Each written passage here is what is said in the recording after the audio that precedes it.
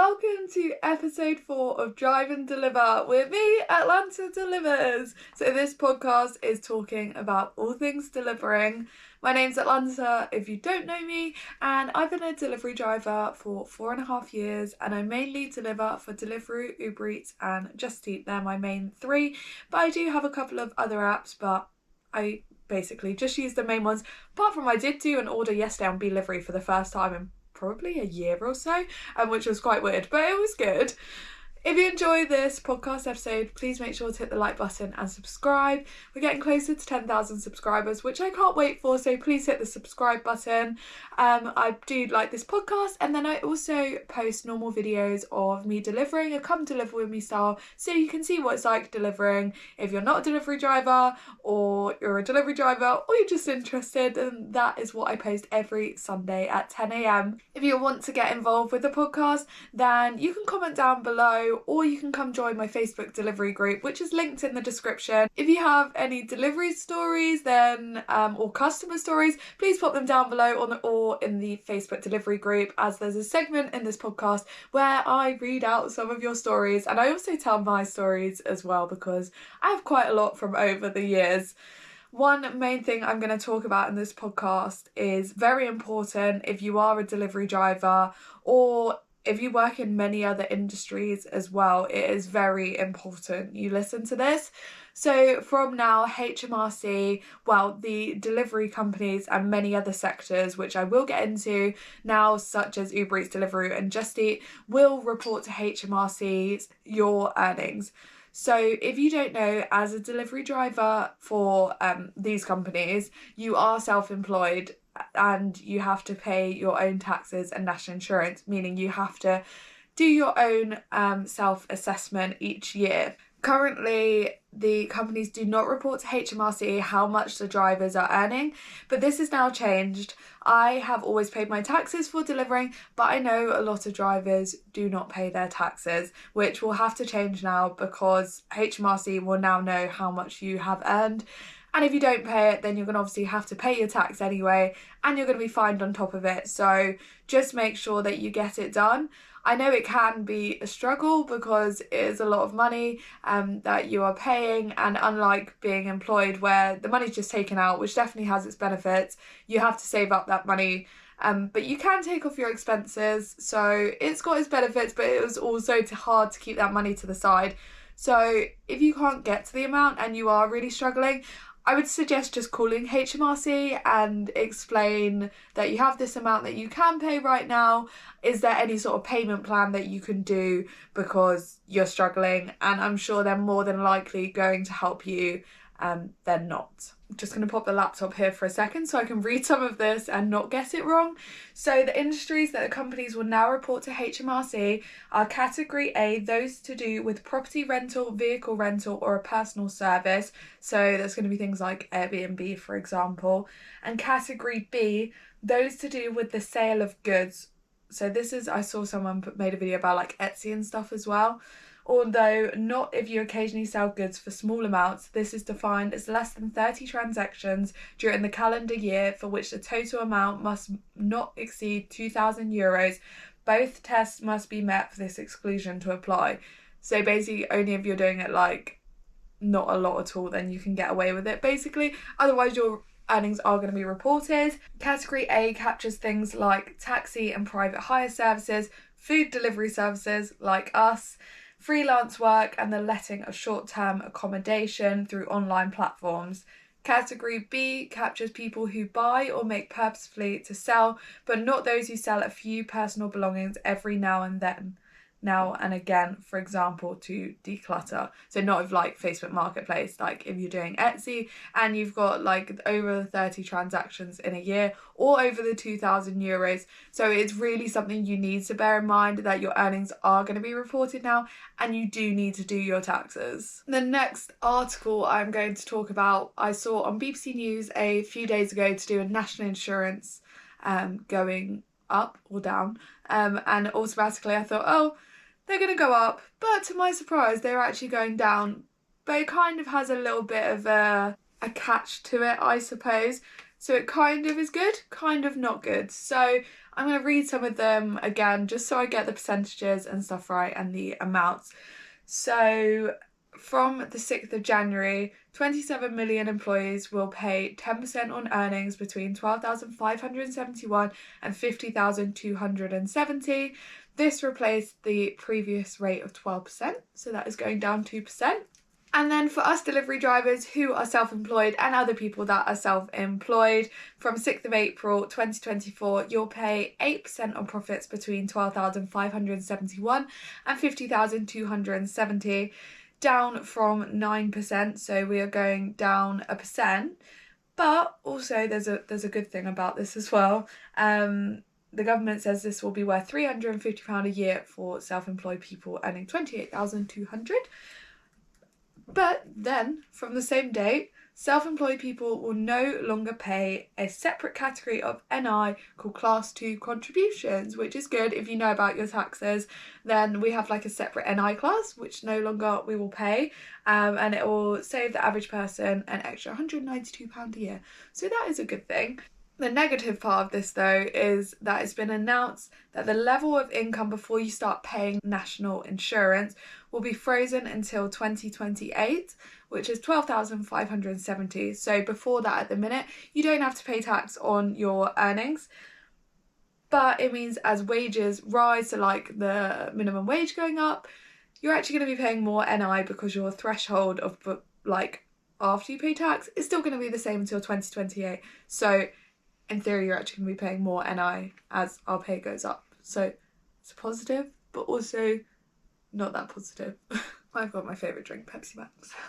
So one big thing that I saw in my Facebook delivery group this week was someone posted in their area that on Just Eat they are trialling a no shifts. So if you don't know at the minute, Just Eat is the only app out of, well, Uber and Deliveroo. You can go online whenever and wherever. Just Eat, you have a specific area which isn't changing yet, but you also do have to have shifts, which is quite annoying if you can't get a shift, and yeah, it's just a bit frustrating. So in some areas they are now trialling the no shifts, which I personally really like the idea of. Let me know down below if you like the idea of this or not.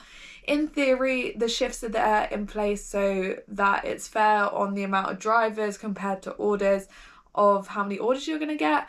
But I personally don't think it will make that much of a difference. So the areas that are trialling this are Doncaster, Harlow, Margate, Barnsley and Cortonwood.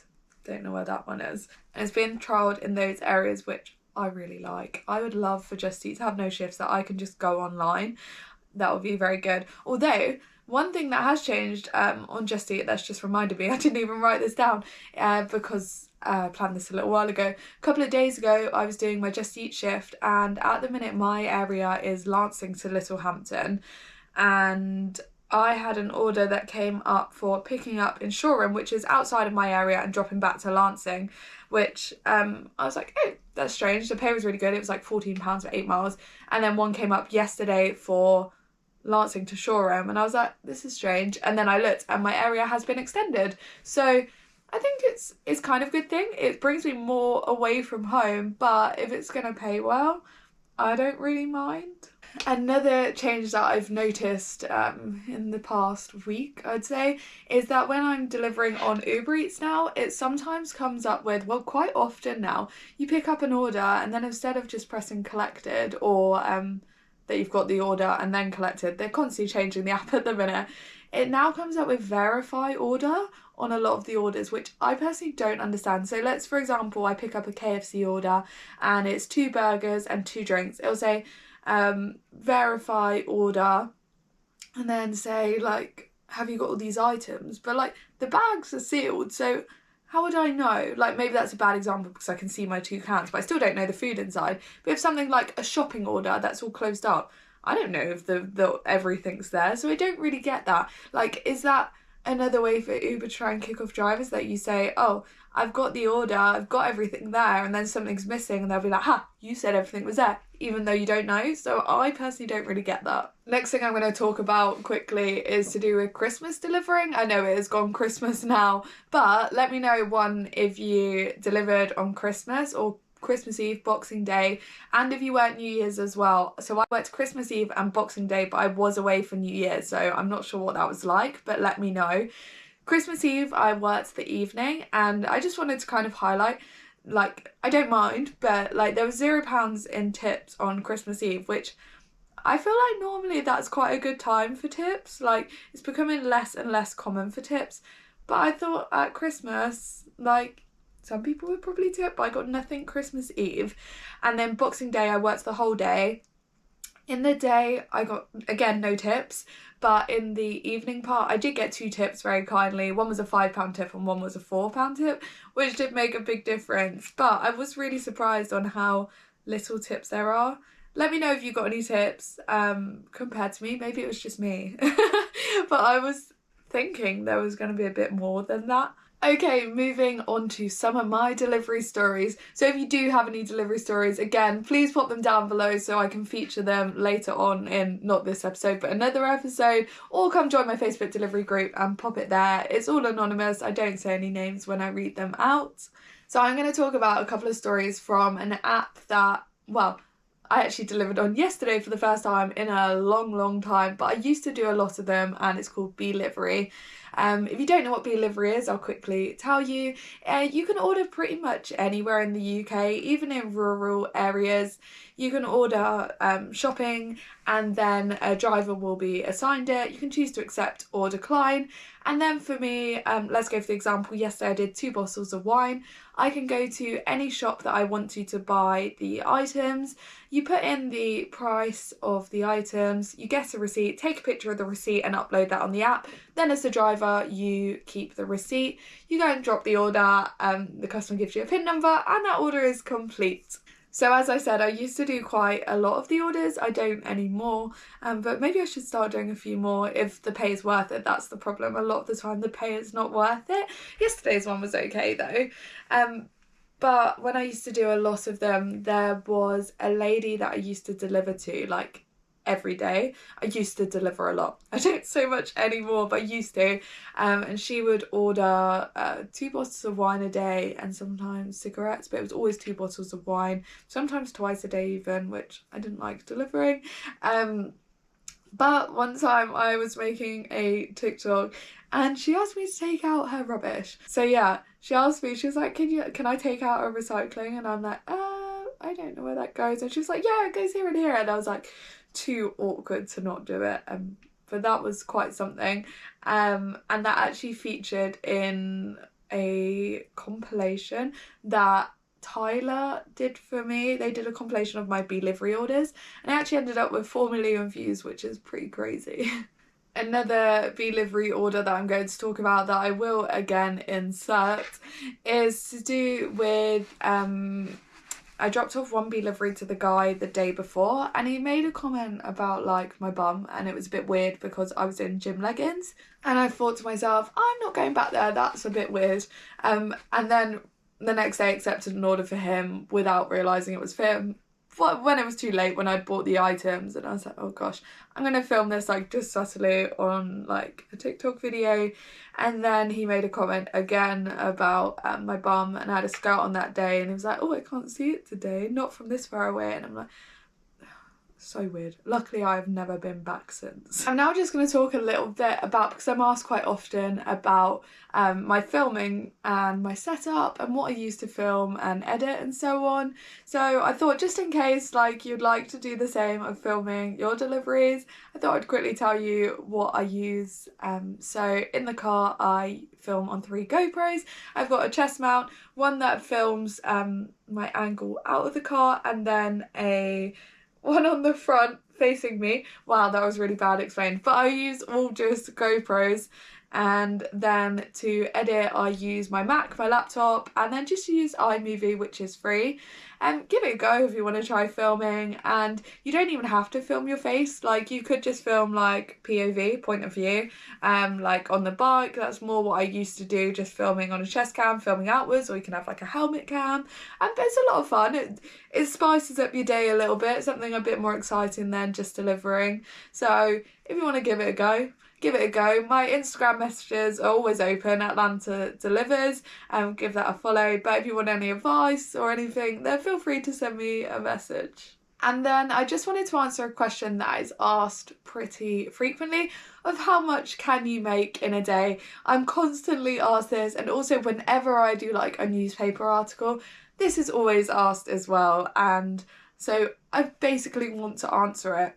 There's different factors such as like the apps you have, where you work, time of day, what hours you can do, different times of the month earns different money, such as like payday weekend's going to be busier than the weekend before. Like there's so many factors to it, and being self-employed and not paid hourly, obviously it is quite hard to give a definitive answer because we are paid per delivery rather than per hour. So you could have an hour that's really quiet, you could have no orders, or you could have a really busy hour. I'm going to speak, I guess, more specifically about my area or other areas I've been to of kind of what I average at. So I'd say at the minute for myself, I use 3 apps. Most of the time I'll use 2. Obviously do not multi-app. But I'd say I would average at £10 to £15 an hour is mine at the minute, but I know other areas people are earning a lot less. Let me know what your kind of average earnings are at the minute, because it'll be quite interesting to see what everyone else is, but that's kind of what I average at the moment. I'd like to say that you could probably comfortably earn £100 a day in a lot of areas, but obviously that is not true for all areas, so I can't say that for everywhere. But after like your earnings as well, you are paying your own fuel, and you do have to pay your own tax and national insurance, and you do have to have specific delivery insurance, hire and reward insurance as well that you're paying for. So you do have expenses, but when you come to do your tax, you can take off the miles or the petrol that you have used.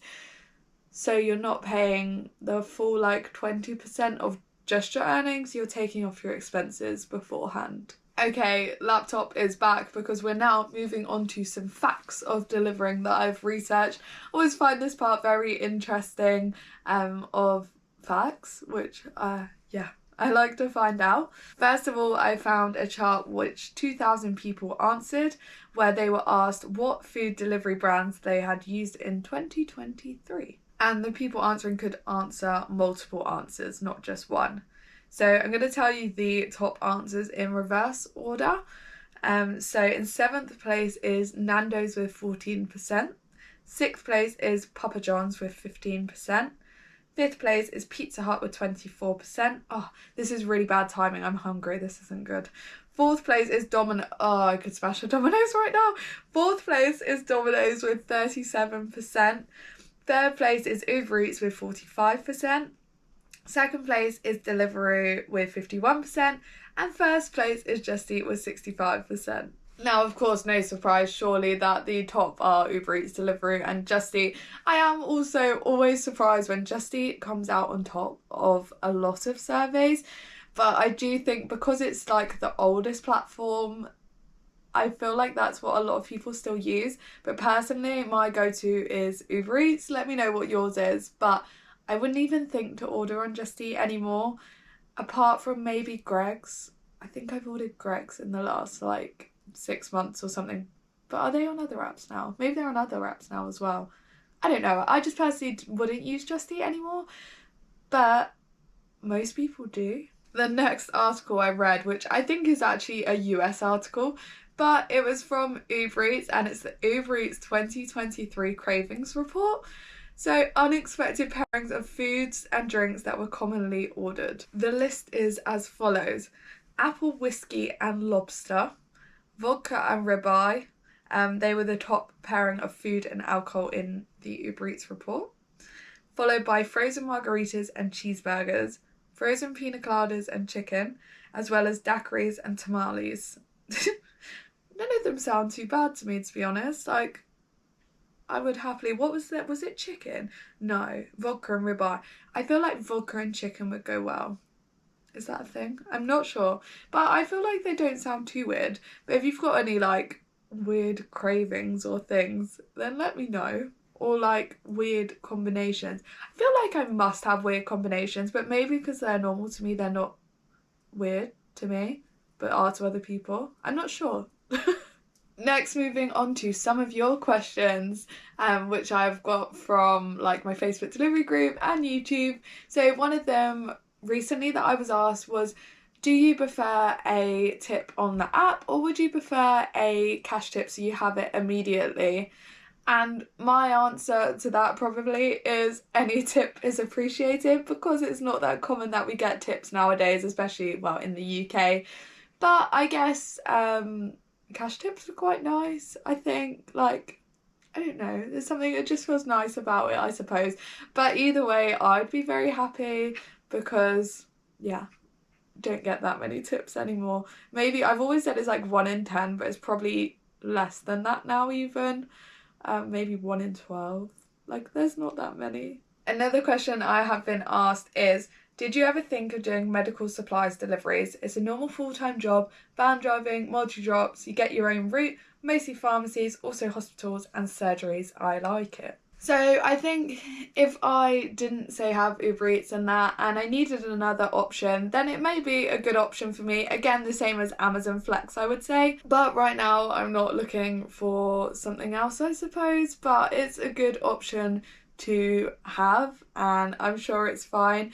It's come up before on, I actually should resort the app because I haven't used it again in a long time. Gopher occasionally came up with like medical drops, I suppose, picking up from pharmacies and having like 20 drops or something.